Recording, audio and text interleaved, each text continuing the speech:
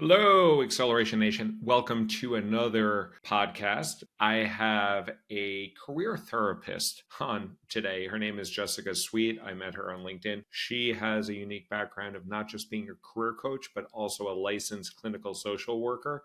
So she has deep understanding of the mindset, things that go on in your head, the limiting beliefs that might hold you back. So we dig deep here into imposter syndrome, into confidence. We talk a little bit about dealing with depression through the job search. So it's a really good episode to dig into if you're having some challenges of building confidence and moving forward. We also talk about how to select the right companies in your job search. I'll turn you over to that episode shortly, but before I do, let me just remind you of the 3 ways that we help you as a ambitious professional. 1, if you are someone that likes to do it yourself, we have a digital course called the Job Acquisition Method with all the scripts, templates, worksheets that will empower you to get a better job. If you're someone who likes to do it with others and with a community and with some support, we have a group coaching program that works with you for 6 months to give you the confidence, insight, also working with our framework that will hold you accountable and make progress. And then if you're someone who wants to work with a personal coach and work with us until we can guarantee that you get a better job,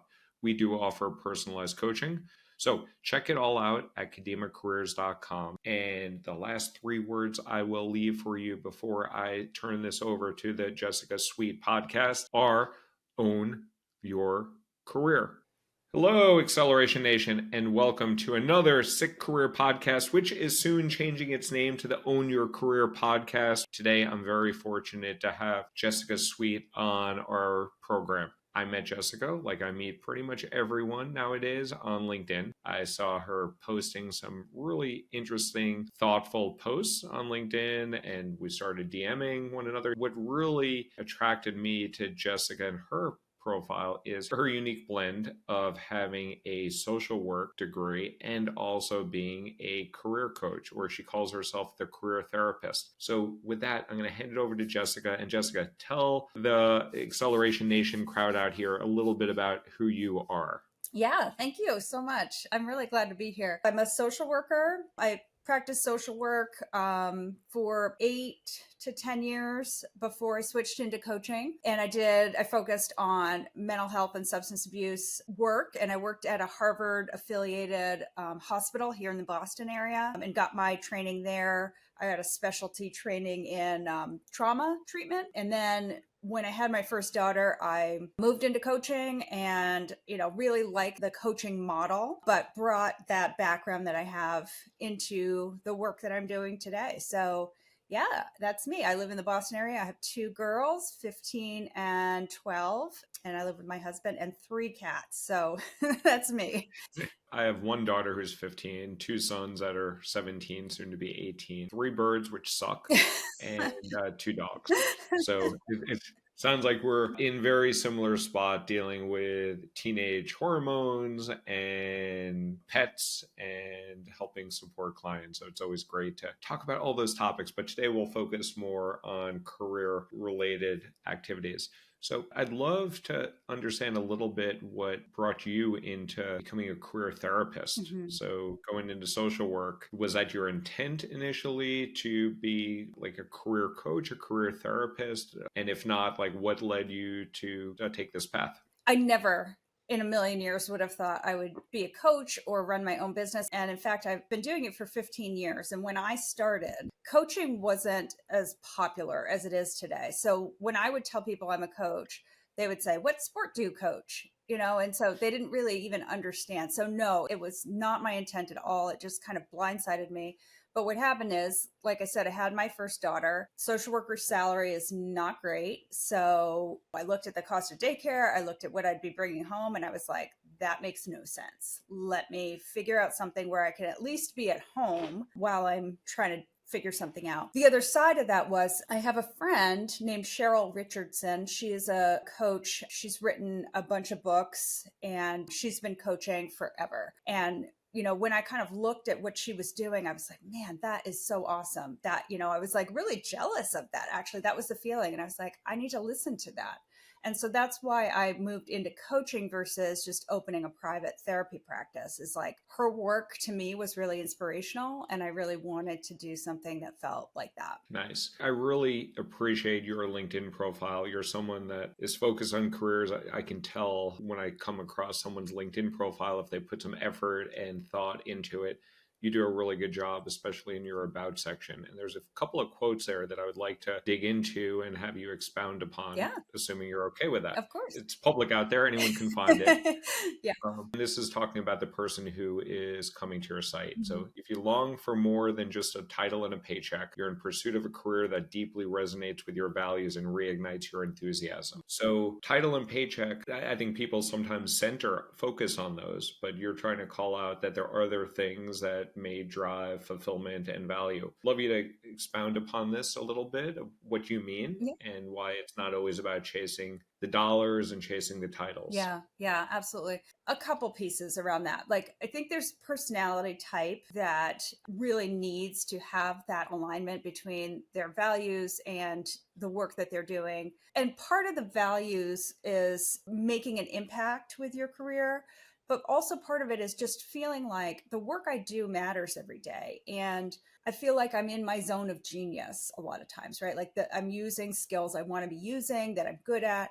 Right. So there are several areas in which that alignment can occur. And what I found is there's both a personality type and I think a stage of life. So 40 plus, where people are like, oh, I've achieved whatever it is I set out to. I'm making good money. I've got the title.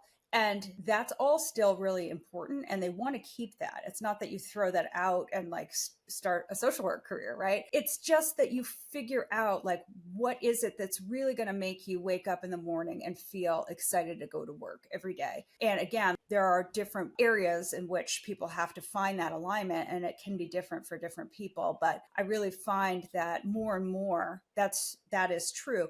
And I really feel like that's what the Great Resignation was about. It was like, yeah, you're paying me. Yeah, I have a title, but this isn't really working for me. And so I seen that for a long time, and it just kind of made a big bubble at that point, but it's still there. So the titles part, I totally get. I have had crappy titles. I've had good titles. I've had titles that are inflated. I've had titles that are deflated. Titles don't pay the bills, don't pay for tuition. The paycheck, on the other hand, is a currency that works across any career stage, any life stage. So I tend to overly focus on the paycheck, and it's not all about the paycheck. But generally, what I like to advise people is if you're going to do something, you can help be a career therapist, and you can be a career therapist to make a little bit of money, or you can be a career therapist to make a lot of money. Yep. So, of the two, more is better than less, assuming that you have 15-year-old, 11-year-old daughters that might go to school one day and things of that nature. Mm-hmm.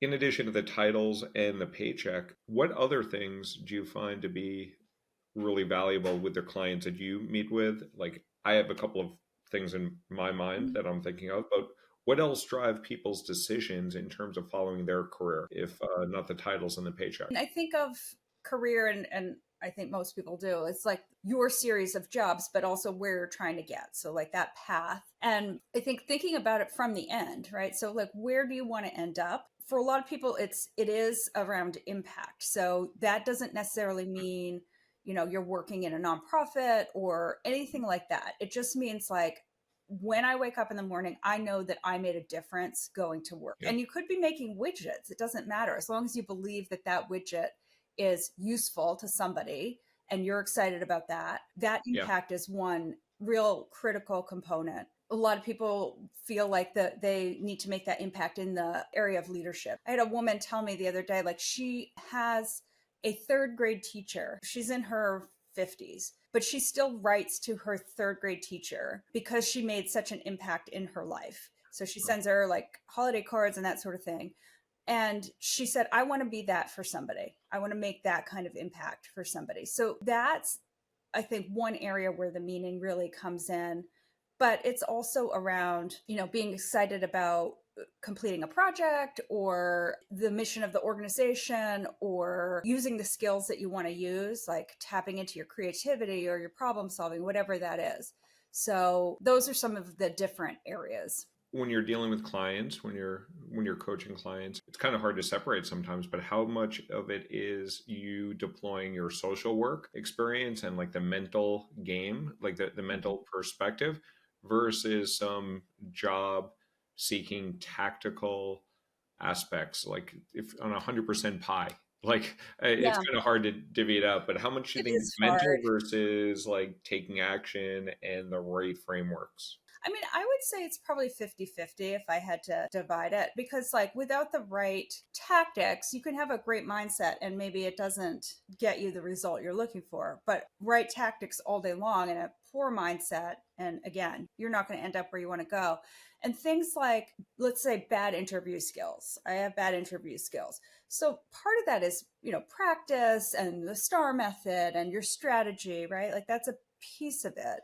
But the other piece is, how comfortable do you feel selling yourself? How Mhm. much confidence do you have? How much do you feel like you belong in that room to begin with, right? Like all of those things are mental aspects that are really going to influence any tactics that I give you on top of that. So it really is 50-50, and I think that that's really the value, is being able to bring that aspect in a credible way is like, I think really that's important to my clients. What are some of those mental obstacles or often called limiting beliefs that Mhm. you hear from your clients? What are some of the most common ones that you hear? And then I would love to dig into a couple of them to see how you typically work with those clients to overcome these challenges. Some of the biggies are confidence in general, lack of confidence. A kind of a subset of that is imposter syndrome, right? Like that's a confidence issue, but it's kind of a very specific type of confidence issue. I think those are probably the two biggest. Yeah. The other thing is, I guess I would say I have a lot of clients that have ADHD, and I have a lot of theories about why that's the case, but that can lead to a bunch of different things. It can lead to like actual issues with executive function and that sort of thing, but also confidence again, right? So I'm someone that probably has ADHD. I know my dad has been diagnosed with it. My daughter's been diagnosed with it. I see a lot of similarities between me and my dad and my daughter. What are some of those symptoms that you see with clients, whether they tell you that they have ADHD, or symptoms that they have that are most relevant to the job search and the career journey? So I find that a lot of clients with ADHD have exceptional creativity and problem solving skills. So those are some of the pluses, but they have more difficulty around keeping themselves organized and starting tasks that they don't really want to do. And who in the world wants, like, oh yes, I get to job search today, that is so exciting, right? Nobody feels that way. And when you have ADHD, it's particularly hard to kind of get motivated to do the kind of stuff that you have to do. And if you've had struggles, particularly adults that haven't been diagnosed, I think, you've had struggles all along in your life, certain things, and you feel like, oh, I'm just not good at that, right? And yeah, the case may be that like you aren't good at it, but there's a reason for it. And the reason that you kind of have in your head that you're not good at it is one thing. And then the real reason is a different thing, right? So people say, I'm lazy, I procrastinate, I'm like a terrible organizer, whatever. And those are all kind of value judgments, as opposed to, I have more difficulty in these areas and let me find some workarounds. Like that reframe and figuring out, like, okay, how can we make this actually happen, even though it's more difficult, maybe? That's some of the work that I do. The other biggie, in addition to ADHD, whether it's presented or symptoms, was confidence and imposter syndrome. And I think they're almost one and the same, or very highly correlated with one another. Talk a little bit about what imposter syndrome is and how you help your clients overcome some of those obstacles, those limiting beliefs that might prevent you from making forward progress. Imposter syndrome is basically the feeling that despite evidence to the contrary, that you are not as good as people might think you are, right? Like that you're an imposter, you're a fraud, you don't belong, all of those kinds of ideas. And I think that a ton of people have it. I think this statistic is in the 70th percentile among, especially among high achieving individuals. The way that I work with people is really to kind of identify how it crops up for them, what happens, how they're currently coping. So there are a couple different ways to cope, or that people tend to cope with imposter syndrome. So like, I need to have everything perfect. And if I'm perfect, then nobody can fault me or nobody will find out. I need to work harder than everybody. And if I work harder than everybody, then nobody's going to find out, that I really don't know what I'm doing. So we look at like, what is your style? And then we look at how can you reframe what's happening? How do you have evidence that actually you can feel that you are not an imposter, right? Like, is there something that actually you can take in?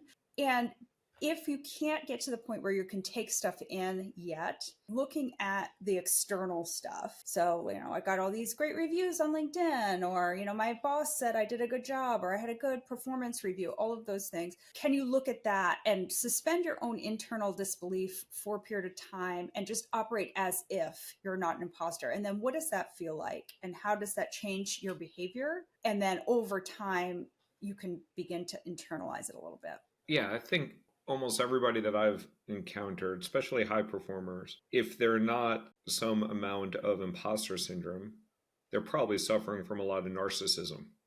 Mm-hmm. um, I, I don't know if that's exactly the opposite of imposter syndrome, but I think outside of some folks that are fairly narcissistic, I think we all doubt our capabilities at some point and have lack of Mm-hmm. confidence with our abilities despite our tremendous like accomplishments that maybe others see in us that we don't see in ourselves. So you work a lot with your clients on the mindset, imposter syndrome, confidence issues. Is there anything else there before we go into some of the career tactics that you take? Any other big ones there that we should cover? Like we talked about ADHD, and that's like putting focus on the task at hand. Any other big ones on the mental side? And like I don't want to separate these exactly because they are very intertwined. But Mm-hmm. before we get to some of the tactics that you take on helping people have effective job search, any other big ones? Yeah, I think the other big one is the domain of burnout and work Mhm. trauma. Yeah. So they're not the same thing, but I think they kind of go together a lot of times. So those are some things that I see a lot. Yeah, especially now with return to work, work from home, hybrid. These companies are tossing us around like just Mhm. widgets, and some people are very amenable to it. It's tough. And not Mhm. only does that flip flopping hurt people, but the burnout, the bore out as well. I think Adam Grant talks about it. So, how do you deal with those issues from like coming with your background from as a licensed clinical social worker? Dealing with people with burnout or I guess maybe some difficult toxic situations. How do you get them over that hump to start making progress? So just quickly, you mentioned bore out, and I just want to say, like, I think there are a lot of people that we were talking about the ways in which people might align with their careers that don't include the paycheck or the title. So, and I guess what I was trying to say is when you feel energized by your work, when you're not bored, right? Like that is a parameter. That's an important piece because people do want to solve problems. People do want to work. They just want to be excited about it. So that's the first part. In terms of dealing with burnout or toxic work situations, it gets very messy. Let me just start there. And I think the first thing for me is kind of an assessment, which is kind of an informal assessment that I just do in my head. Like it's not a paper and pen assessment, but I'm trying to understand, like, what is this person dealing with in terms of symptoms? So is there anything actually clinically going on? I've definitely had clients that come to me and say I'm burned out, and they're at the point where they're really clinically depressed Hmm. and need a referral to a therapist and maybe a psychiatrist, and they need interventions around depression, right? And so I can help them get hooked up with treatment, and I can also help them with some of the interventions and supporting, whatever their treatment team does, and then the job stuff. So that's the first thing, is that assessment, like what's going on from a clinical perspective, what's going on that is contributing to the situation still. So, are they still in the work situation? Do they still have that coworker, boss, whoever that's like contributing? So like really just trying to understand. And then looking at, what are the things that we can do to improve it, right? So these things take time, which is the real hard part, is recovering from a depression, recovering from a burnout or a severe burnout. They can take time. It requires self-care, require probably a change in situation often, whether that's a new job or whether that's like having conversations at work that make something different. But those are all the things that we need to navigate, the self-care piece, and also what needs to change here, because you can't just take care of yourself and sit in that situation and expect to feel better. That's kind of what we do. And it's a lot easier said than done. Mm-hmm. I've been there at least 3 times in my life Mm-hmm. where I've been diagnosed with clinical depression. And when you're in the midst of that, at least from my experience, is you don't feel like doing anything and you feel like it's never going to end. Mm-hmm. And other people are telling you that, hey, there's ways to deal with this, therapy, drugs. Like I've been on Lexapro for a number of years off and on. Mm-hmm. It's hard to diagnose it when you're dealing with it. And then even when you're diagnosed with it, it's hard to see the light at the end of the tunnel, but it does Mm-hmm. get lighter, especially if you Mm-hmm. have the support of social worker, psychologist, therapist, and sometimes drugs as well, like Mm-hmm. legal drugs, pharmaceutical drugs. Yes. Yeah. Yeah, we have to say that. Yep. Yeah. So then once you solve everybody's mind challenges, which I'm sure you do like Yes. that, it's simple. Yep. Uh, Yep. then it's about getting over that obstacle and then making forward progress to land that job, to accelerate their career, to move forward. What are some of the tactics that you take there that you find to be most effective with your clients that are getting the results, and maybe some mistakes that you see people make along the way too that you Mm-hmm. often can course correct? Yeah. So the first step for me and the way that I work with people in terms of job search is really understanding a person's brand, because for me, that helps them figure out who they really need to be networking with in terms of people and in terms of companies, right? If your brand does not align with a company, even a company that you're like, oh, yeah, I'd love to work there, but your brand doesn't align, that is not going to be a real useful pursuit on your part. So we really try to find that alignment, find companies that people are excited about, but also make sure that the company could be excited about them in turn, right? And that's brand alignment. So that's the first step.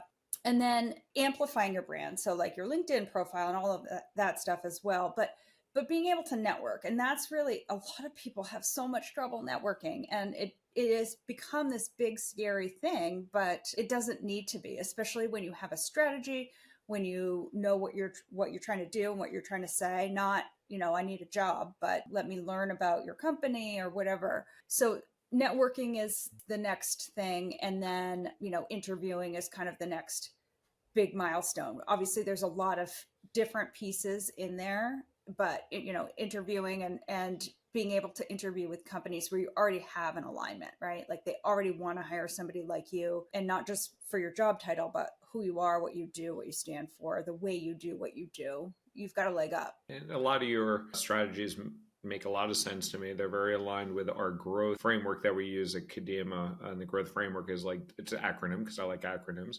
G is clearly identify the goals and with the companies. And I want to go back into like how you help people find the right companies. Mm-hmm. R is like realistically assess their strengths and leverage those strengths. O is outreach, which is the networking, which you talk about there, which is the single biggest lever that will open the most doors for Mm-hmm. you. W is like work the system. So understand like how to prepare for those interviews, how those interviews work. T is train and tenacity. It's mindset, because you can interview amazingly. You can ace the interview and you may lose out to the CEO's son or to some internal candidate or someone else that just had something slightly different that you didn't have. And then the last part is H, high impact negotiation, trying to like help people negotiate for what they're worth. And I find from the mental perspective, people may ask too little until they get to the finish line. And once they get that offer, then they have leverage at their disposal because the company is saying that we want to hire you. I appreciate your strategy and it makes a lot of sense to me. As you're working with people and trying to understand where they should focus on those companies, how do you either suggest to them? Are there lists that you use? Are there processes that you use to help your clients and people to identify those companies that they should focus on that are aligned with their values? I think this is really the hardest part of job search right now is trying to do that because it feels easy for people. No, I mean not easy, but easier to just say, okay, what job postings are out there for sales director, let's say, and then just go and apply to all those. And it's so much harder to network. Feels on the surface, it's not harder because in the end you have better outcomes, but feels harder to network and to identify who should I be networking with, right? What companies do I really align at? So it is a research process, and it starts with understanding what you're looking for, right? Like the goals that you were talking about. So, what are the values you want your company to stand for? What kind of person do they hire in this particular role, right? So like, what are your goals? Who are you looking for? And then when you start networking, it's a wider net. So you're talking to people and saying, hey, I'm looking for a sales director role where there's a real focus on, development and training of the people under me. Let's just say I'm making this up. And, they have X, Y, and Z. Do you know companies like that? That's one way to do it. It's just talking to a bunch of people, looking on the internet, right? Like it's hard, but that's a way. And then this is a tip that I've found is actually really helpful as a starting point for that online research and even the in-person research is AI. So like Chat GPT, right? Like you just type in, I'm looking for a sales director role in the Houston, Texas area. And I want companies that focus on blah, blah, blah, blah, blah, whatever that is. And can you create a list? And then can you give me more companies? And can you give me more companies? And you can create a really long list and then just go and vet those companies. And some of them you will have heard of, and some of them will be brand new to you. And you'll have to understand that you got to go deeper. You got to go a layer deeper and really get to like, is this what it says it is? And there are several layers, right? But that's a way to start and understand. Then I do have lists like B Corps and, there are firms of endearment. There are different companies that have been recognized as great places to work, but great, again, is relative to what you're looking for. So, Yeah. So that's some sick advice to use ChatGPT. I've done that as well, where you type in, I'm looking to make a large impact. I'm looking for this location. I'm looking for companies that are hiring. I'm looking for a company that treats people well, blah, blah, blah, whatever is important to you. And it's not a perfect list, but no. it's a starting point, and then it gets you moving forward. So you mentioned B Corps, which I'm a big fan of. B Corps benefit corporations, kind of like Ben and Jerry's and Method Hand Soap. We're going to be looking to do that with Kadima Careers once we have enough money and legal resources to move over to a B Corp. But the other thing you mentioned, like terms of like firms of endearment or something you mentioned, can you like, Yeah. is that a list or something or? It's a list. And I might be getting mixed up because it's been a long time ago that I looked at this and put that list together, but there's also something called Game Changers 500. So I might be kind of conflating the two. And there was a book written by some famous folks who I can't remember right now, who basically did an experiment. I think it was the S&P 500. And then let's create this list of companies that are basically run in a people first kind of way, or like a socially conscious way. And let's look at their earnings and their growth over time, and let's see who does better, right? And so this race, and obviously, well, not obviously actually, but not surprising to me and probably to you, that the firms of endearment, the great firms that were run in a people first way, really outperformed the other firms, and made a whole case that running a business like that doesn't just make sense from a people perspective, but from a financial perspective as well. So like looking at those actual companies, but also looking at like what are the practices of those companies and where else do you see them? So again, I might be mixing up the two, but I think that's the book is Firms of Endearment, and you can look that up. Yeah, I just Googled that while we were talking, and it looks like it's How World-Class Companies Profit from Passion and Purpose. They're on the second edition. I'll check that out. It looks good. Yeah. And Yep. like from my experience of working for a lot of companies, I can tell you that the companies, like I've worked at Google and Facebook, and they've been Salesforce, they invest a lot in the employees and supporting the employees. And not only does that probably get good return long Mhm. term in terms of retention and output, but it also attracts a lot more talent because people are saying good things of like, hey, you want to work at American Express, where I worked also. You want to work at these companies, so you get a lot more referrals. And this is why these companies get 3 million. I think Google gets like 3 million applicants a year, 3 to Wow. 7 million applicants a year, something crazy like that. Like not just because of what they do, but also how they treat their employees. And no company is perfect, but there are some companies that skew towards the better end of treating people how they should be treated, in my opinion. Yeah, you become an employer of choice when you treat people like that. And so, people are like, "Oh yeah, I definitely want to work at Google, Facebook, wherever," right? And, obviously some people don't, but the reason, as you're saying, they're drawn in is because of those practices. So yeah. So, Jessica, we're running a little short on time here, and I have three more questions for you. So, Okay. first one, what topic have we not discussed here that you would like to talk further about? We have a little bit of time to go into that. If there's something specific that you want to talk about that you think is really critical to people accelerating their career, owning their career, and moving forward, anything in particular that you think that we should dig into Yeah. here? Yeah, I'll keep it super brief, but I think the idea of work trauma is a huge one.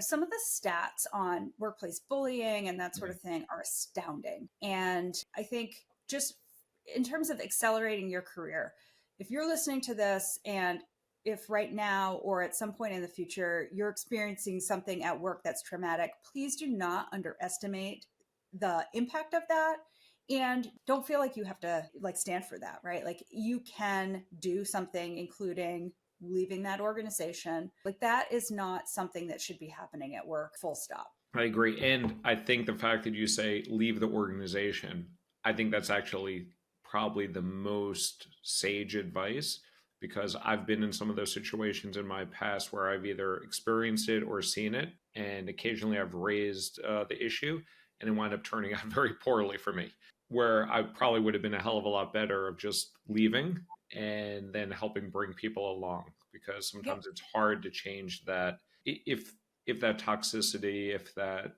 issue is occurring, it's being either supported or at least condoned by leadership Mhm. up top. So it's going to be hard to make that change. So I think that's a good thing. And also to separate it from you and understand that this is just a situation that can happen and does happen in lots of work environments and try to get out of that situation as quickly as possible. Yeah. Ideally, not quitting either. Like I try to recommend to people, don't quit, have something lined up first, as long as you Yes. can manage it. And worst comes to worst, just kind of check out. And if they fire you, they fire you because you're going to quit anyway.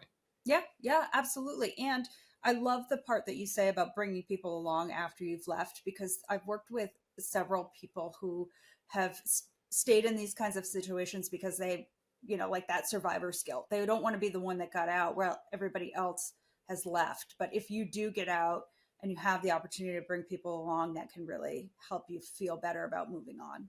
And then last two questions. What is one final piece of sick career advice that you'd like to leave our listeners with, Jessica? Let's say this is sick. I don't know. You do hear it a lot, but I just need to underscore that networking isn't scary, right? It's just not scary. And you said it's like it's the single biggest lever you can pull in your career. And it's not just for job searching, right? Like people get ahead by meeting other people in their organization, by being visible in their organization. They can't promote you if they don't see you, if they don't know your work, right? By getting to know people in your industry. It's something that needs to be a lifelong practice for your career. So I would say that's big advice. You do hear it, but it's so important. Preaching to the choir here. I'm a big fan of it. Even if you're an introvert, there are ways to do this effectively. One on one conversations could be better. You don't need to be going to a big conference necessarily. There Mhm. are other ways that you can have conversations, but if you don't start talking to people and you don't start building those relationships, it's going to be hard for you to expand those opportunities. My case alone, 24 out of my 29 jobs came because someone was kind enough to say, hey, you should speak to Alan. Didn't mean that I didn't need to interview after, but 24 out of those 29 came because someone put in a good word on my behalf. So great advice there. And that's how we met. And my life is richer because of us finding each other in that sea of 1 billion people on LinkedIn. Yes, exactly. Yeah, I'm glad to. And last question I have for you, Jessica, is how can people find you, get in touch with you, support you? If people want to find Jessica Sweet, where can they find you? Yeah, so I'm at wishingwellcoach.com. And then you can also find me on LinkedIn. My kind of handle is Jessica Sweet Coach. So you can find me either place. I hang out on LinkedIn a ton. So that's a great place to message me. I see you post every day. I appreciate your posts. I chime in with it, and you post some good stuff that really helps to inform and encourage. So thank you for all the work that you do, Jessica. Thank you. Thank you so much. Thanks a lot, Jessica. And with that, we will wrap this up. And thank you so much for taking the time to share your advice, your insights, your guidance, and helping people to own their career. Thank you.